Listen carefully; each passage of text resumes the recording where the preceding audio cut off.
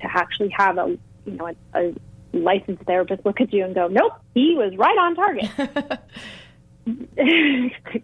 Wow. Then you really, at that point, I really started to learn about it from a different point of view. I had always associated it with veterans. I didn't know that families of veterans can go through a very similar situation, having to deal with someone and their behaviors, that there's almost this ricochet that happens. So it was very eye-opening for me, in that here I was, coming into a situation, coming into my own.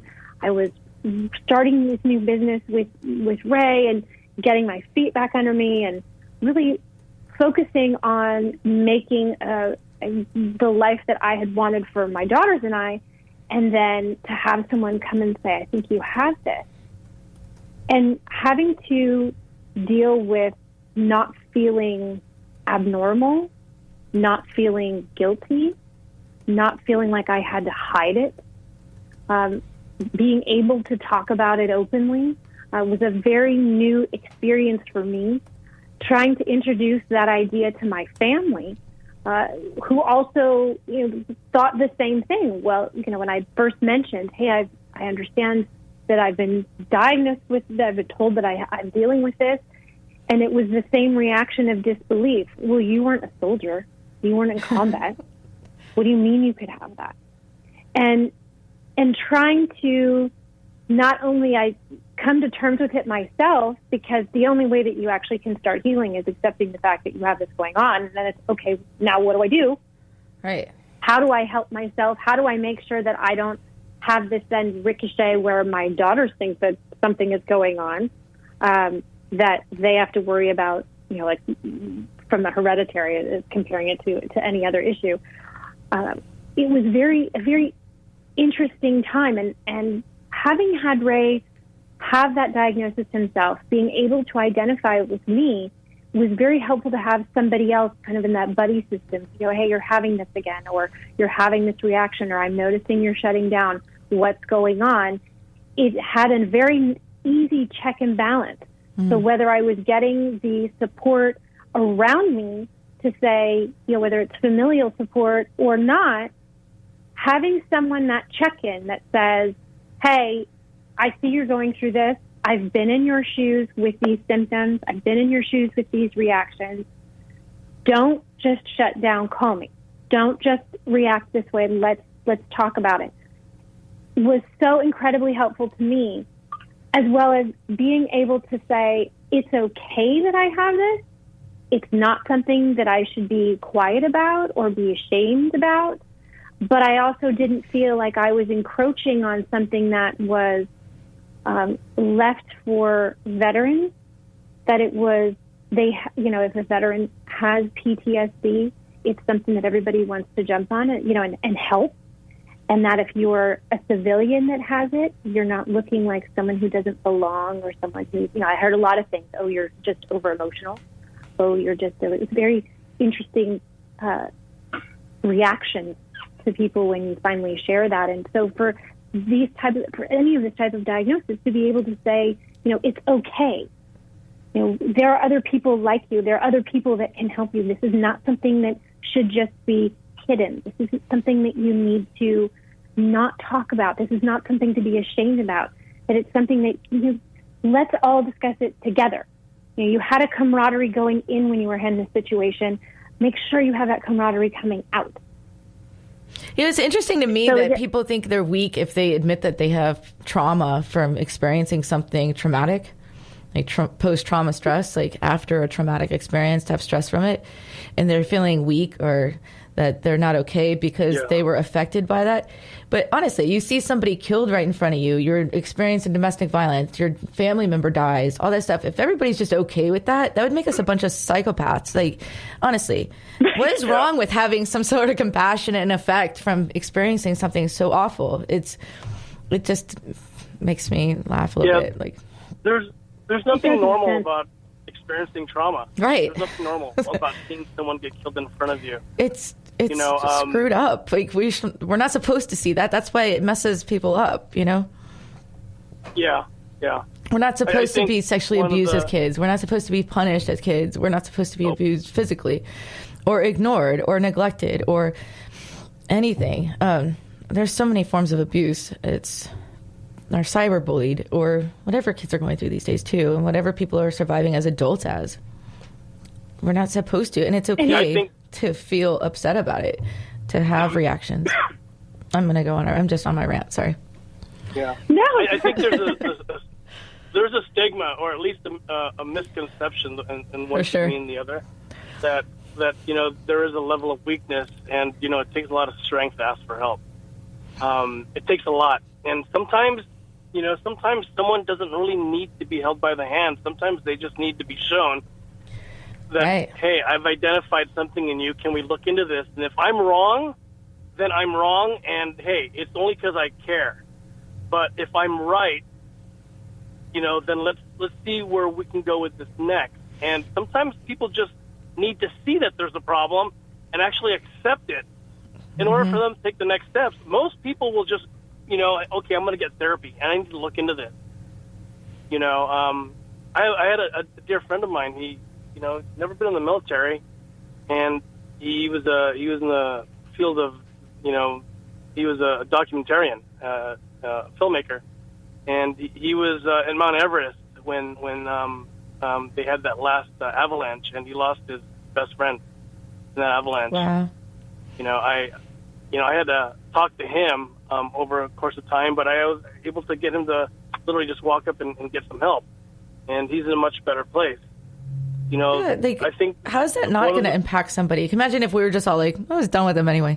I don't know. But see, that's the part of being human. The part of being human is that it's supposed to impact us. Right. Okay. And, what we're trying to do is, I don't think, and I can't prove this or disprove it, but I don't think PTSD ever goes away. But there is a way that through our program that we want to help you manage it. So then, I'm not saying that you're not going to get mad.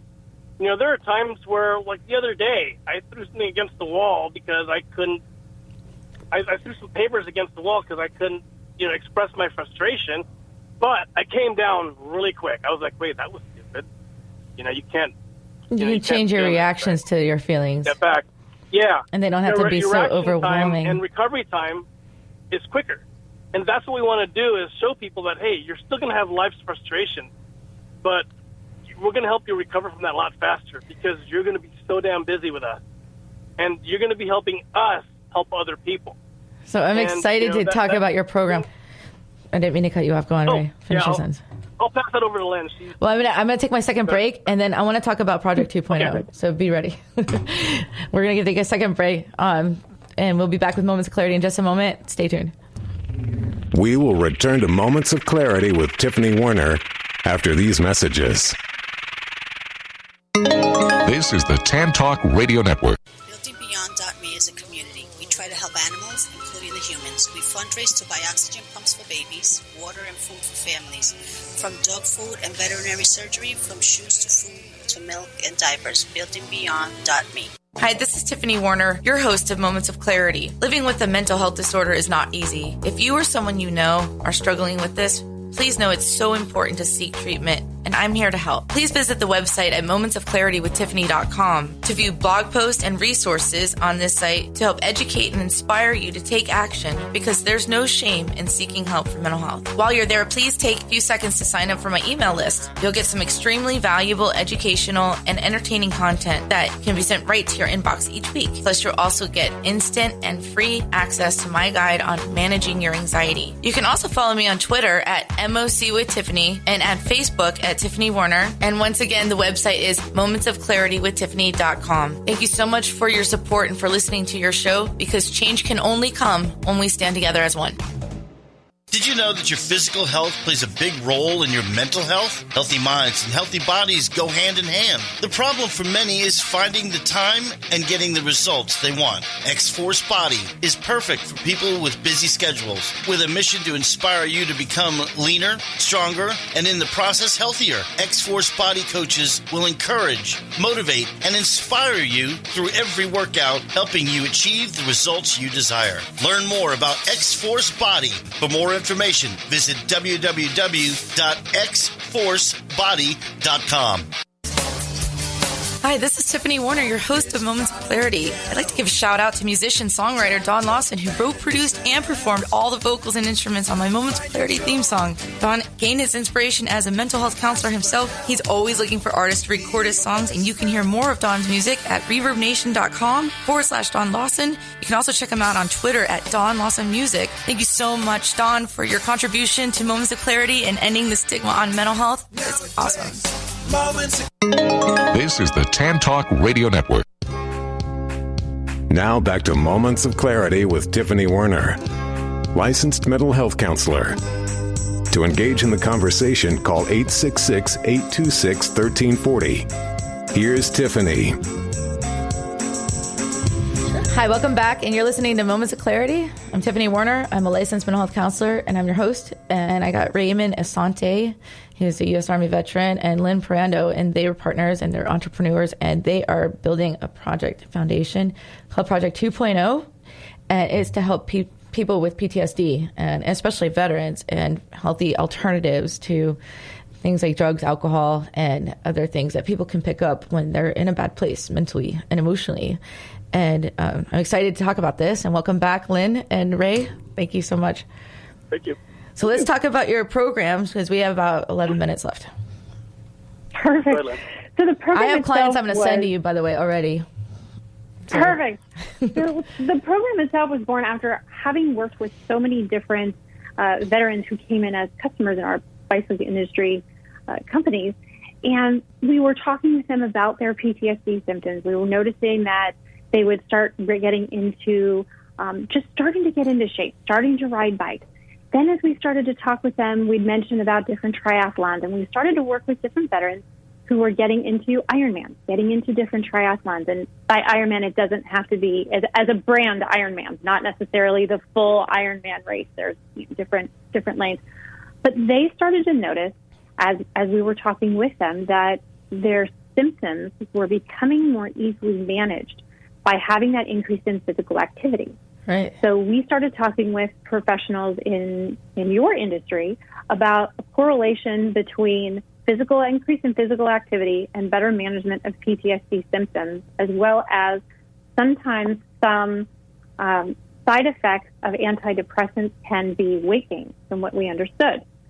So by having that physical activity increase, an increase in endorphins, we were noticing with them that they were better able to manage some of their symptoms. So as we kept working with them, we were encouraging them. We sponsored some different athletes to try different races, to try different athletics, and also gotten some equipment for them to better be able to participate in some of these races.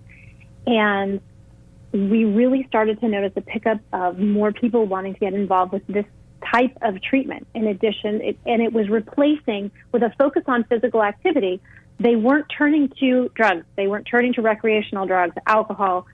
This is not prescriptions that would be coming from doctors, but recreational stuff on the side, where they were really, I want to make sure there's a big distinction. We are not advocating for not listening to your doctors. But it was a big difference in what they were seeing in their lives. And we have some friends that are also dietitians and nutritionists, and they were making recommendations. So the foundation itself was really born out of really watching some of these grassroots effects that were taking place. So when Ray and I were talking, it was, we know a lot of these people that are dealing with, veterans that are dealing with PTSD.